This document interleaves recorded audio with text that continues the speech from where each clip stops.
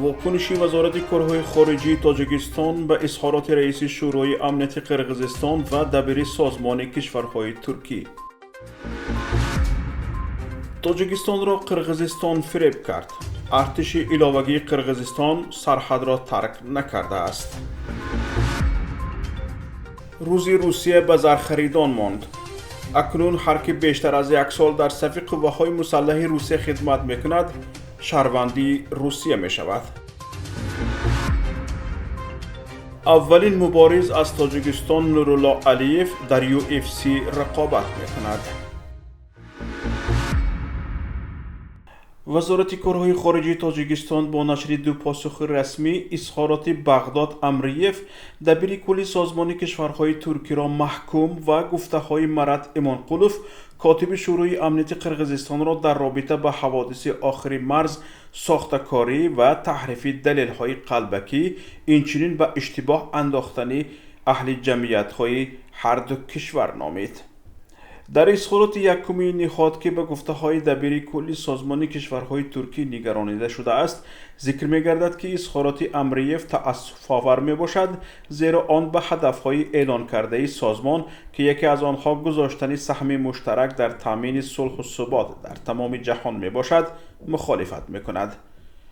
در اظهارات دوم این نهاد که پاسخ به مصاحبه کاتب شورای امنیت قرقیزستان مرد ایمانقلوف است ذکر می شود که چنین اظهارات در اساس ساخته‌کاری و تحریف دلیل‌های قلبکی اینچنین به اشتباه انداختن اهل جمعیت هر دو کشور نگرانیده شده است. این نهاد بار دیگر موقع تاجیکستان را در مورد قابل قبول نبودن تیزتونشوی وضع در فضای رسانه‌ای تصدیق کرده از جانب رهبران نهادهای امنیتی دولتی دو کشور به امضا رسیدن پروتکل روز 19 سپتامبر درباره تنظیم وضع در مرز را استقبال کرده است. جانب قرقیزستان صرف نظر از پروتکل امضا شده درباره تنظیم وضع در مرز به عملهای اغواگرانه علیه تاجیکستان ادامه می‌دهد.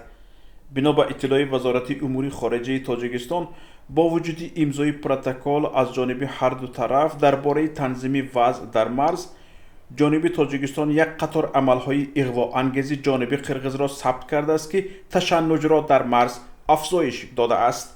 گفته می شود که جانب قرقیز نیروها و تکنیک‌های وزنین نظامی را در شهرک‌های نزد مرزی در نواحی لیلک و چانالی ولایت بادکنده قرقیزستان پنهان می کند. همچنین موارد زیاد نقض حریم هوایی جمهوری تاجیکستان از جانب هواپیماهای بسرنشین از قلمرو قرقیزستان بعد قرارداد آتشبس به قید گرفته شده است. تاجیکستان بار دیگر از جانب قرقیزستان دعوت کرده که پروتکل‌های امضا شده را درباره به اعتدال آوردن وضع در منطقه مرزی قطعاً اجرا کند. در عکس حال جانب تاجیکستان وضع را آمادگی به تجاوز نوبتی قرقیزستان ارزیابی خواهد کرد و مسئولیت پیامدهای این گونه عملهای اغواانگیز به دوش جانب قرقیزستان خواهد بود. شهروندان خارجی که درباره ادای خدمت حربی در صف قوه‌های مسلح روسیه به مهلت نه کمتر از یک سال قرارداد ببندند با ترتیب ساده شده شهروندی روسیه را گرفته می توانند. دومه دولتی روسیه روز 20 سپتامبر در این باره قانون دخلدار قبول کرد. قابل ذکر است که موافق قانونگذاری عمل کننده طبق قرارداد حربی نه کمتر از 3 سال خدمت حربی ادا کردن ضرور بود. غیر از این در تغییرات پیشنهاد می شود که مهلت قرارداد اول خدمت حربی که با شهروند خارجی برای خدمت در رتبه‌های سرباز، متراس، سرژانت و استرشین بسته می شود از 5 تا 1 سال کم کرده شود.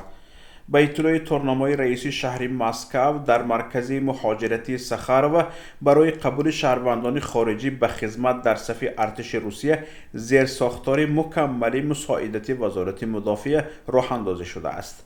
این هم در حالی است که شهروندان تاجیکستان مقیم روسیه بارها آگاه شدند که از اشتراک در عملیات حربی در قلمرو کشورهای خارجی دست کشند، زیرا در تاجیکستان این عمل زرخریدی دانسته شده برای آن جزای جنایتی پیش بینی شده است. نورالله علیف نخستین ورزشکار تاجیک است که به UFC راه یافت. روز 21 سپتامبر نورالله علیف برای بسته شدن شرطنامه با UFC با جاش ویکی آمریکایی مبارزه برد.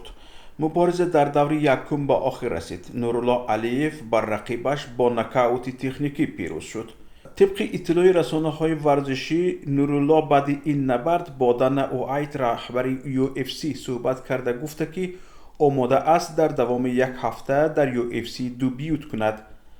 نورالله علیفی 22 ساله تاجیک تا به حال در محاربه کسبی مغلوب نشده است و در همه 6 بازی کسبیش غالب شده است.